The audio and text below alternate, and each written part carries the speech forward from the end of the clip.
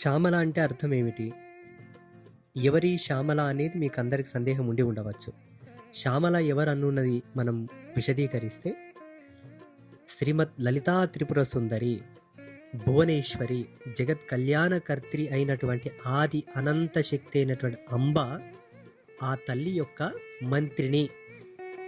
మంత్రిని అంటే అర్థం ఏంటంటే అమ్మవారికి అన్ని విధాలుగా సలహాలు, సూచనలు, మంత్రాంగము, తంత్రాంగము, యంత్రాంగము, జ్ఞానము, విజ్ఞానం అన్నిటిని కూడా సృష్టి విజ్ఞానం, జీవ విజ్ఞానం, సృష్టి విస్తరణ విజ్ఞానం, సృష్టి లయ విజ్ఞానం, సృష్టి స్థితి విజ్ఞానాన్ని తెలియపరిచేటటువంటి ఆ తల్లి యొక్క జ్ఞాన శక్తే శ్యామల. లలితా పరమేశ్వరి యొక్క మంత్రిని. వారాహిమాత లలితా పరమేశ్వరుని యొక్క సర్వ సైన్యాధ్యక్షురాలు.